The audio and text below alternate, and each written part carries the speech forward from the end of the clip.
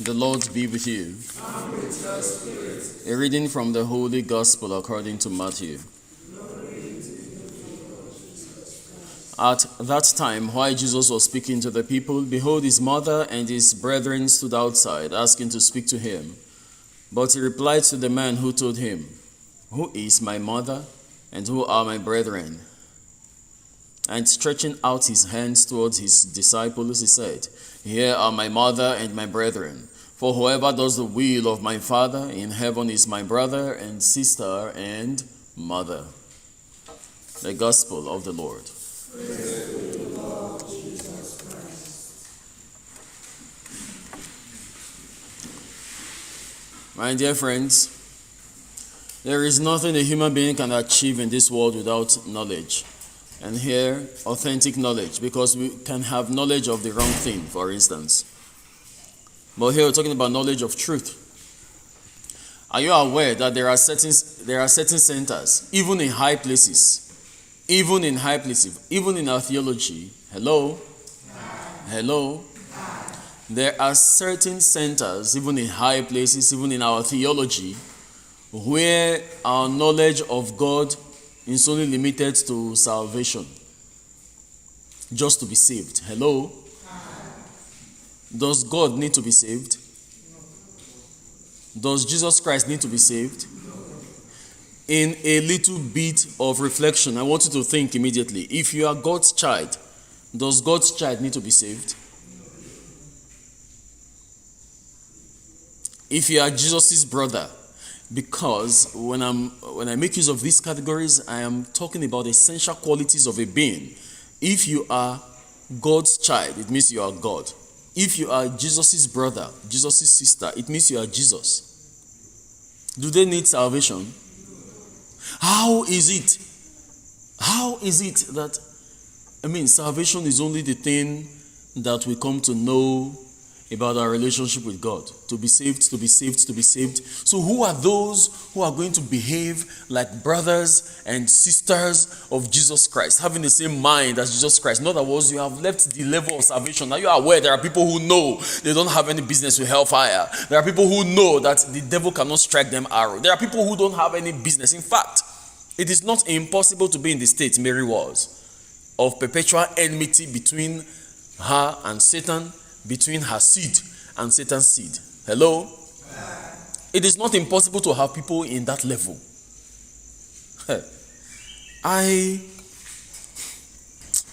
The gospel of today, Matthew chapter 12, verses 46 to 50, is just telling us something, just revealing something to us. And trust me, it's not everything you read that you understand.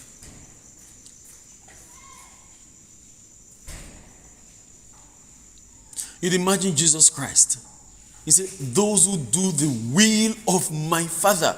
He's not talking about those who are asking for salvation. He's not talking about those who are begging for mercy. Hi. He's talking about those who operate it. Let us remove our minds from the normal way by which we read the Bible. Let us really go practical. When scientists are discussing, one scientist is not asking the other scientist to save him. They are discussing about how to save the world. They have the same mindset. When mechanics are discussing, they are discussing how they have to solve problems. It is only customers. It is only those who are not mechanics that come to meet them for solution. Those who are not mechanics come to meet them for salvation. A mechanic does not need mechanical salvation because he himself is the salvation.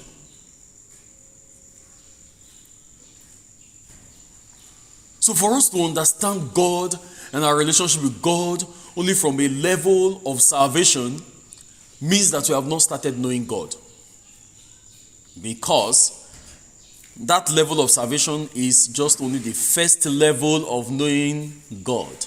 If you know, in fact, there could be up to 12 levels of knowing God. Up to 12 levels. Was Elijah crying for salvation? Elijah was a partner with God in dealing with the affairs of the world.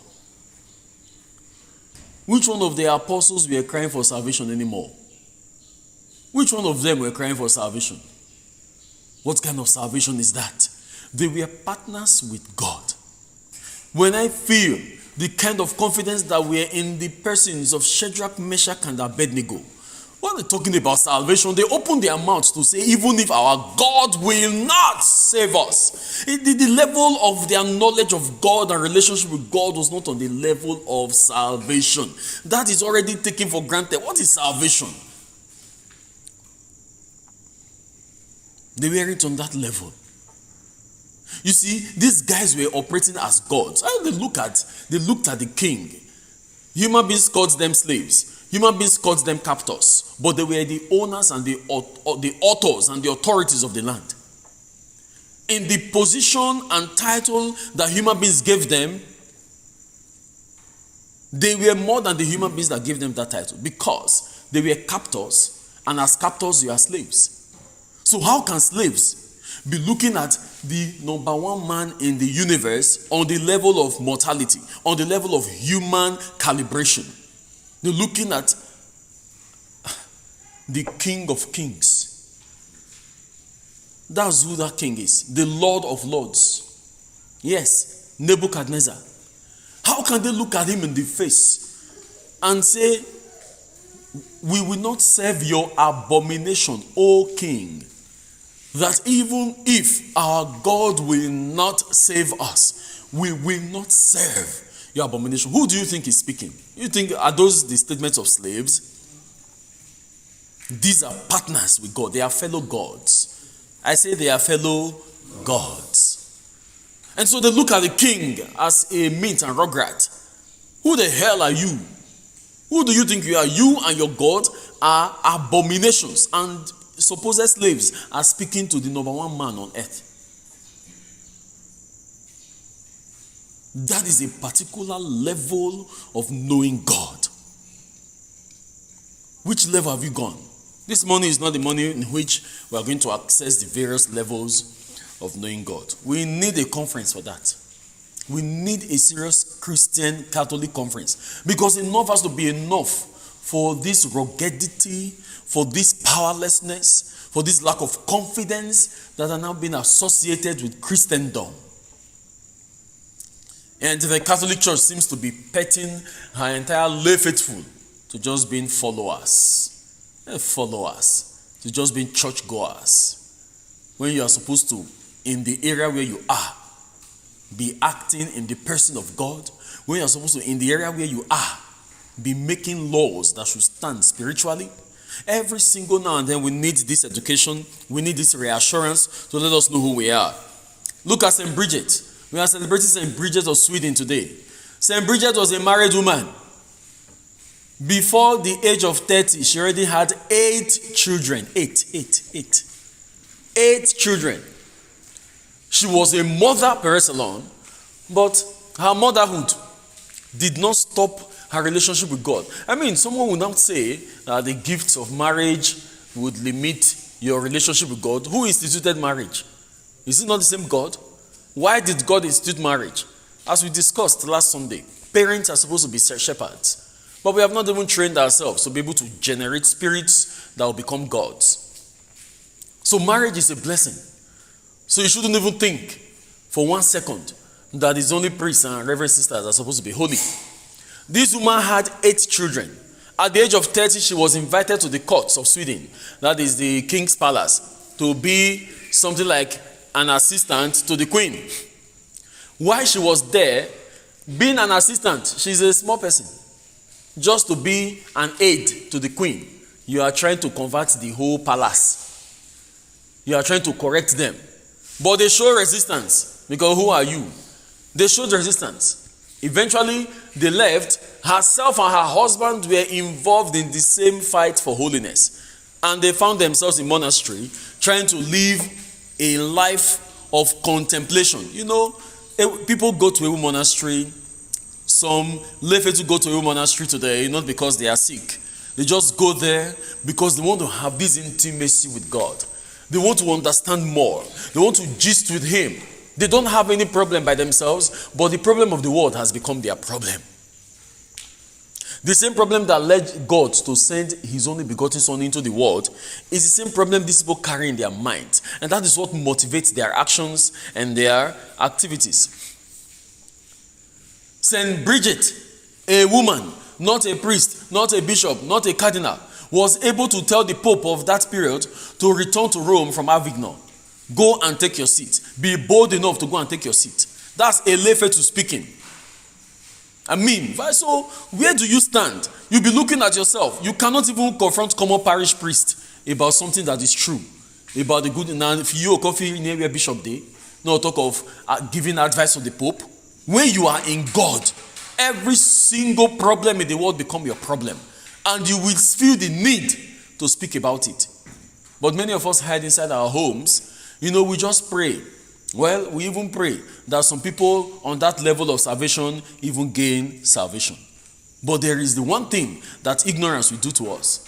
Ignorance will either make us suffer here in time or will make us suffer in eternity. The suffer I'm talking about is not hellfire.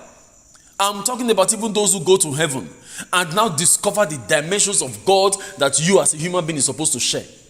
I am telling you now that even in that heaven, you will not be satisfied with the opportunities that you were given and refused to use. What has Jesus Christ not revealed to us? How many people study the Bible? Even myself, go as a priest, we are still struggling to see how we can meditate on the word, and make it powerful. And Jesus says, whoever does the will of my Father in heaven is my brother and sister and mother. You see that? He is calling us to share in the inheritance of the saints in light, not in the struggle of those in darkness that are trying to creep into light. No, that you are already in light and that you are developed to participate in the headache of God. Oh God, how blessed would we be? The first thing of today, Micah chapter 7 verses 14 to 15, verses 18 to 20. He is trying to help those who are still scrubbing in the ground for salvation. This is the one that many of us want to belong to. Shepherd your people, Lord, with your staff, the flock of your inheritance, who dwell alone in the forest, in the midst of a garden. Let them feed in Bashan and Gilead, as in the days of old. The abandoned children, they are asking that they should be brought back again. Show mercy, Lord, pardoning iniquity and passing over transgression for the remnants of his inheritance.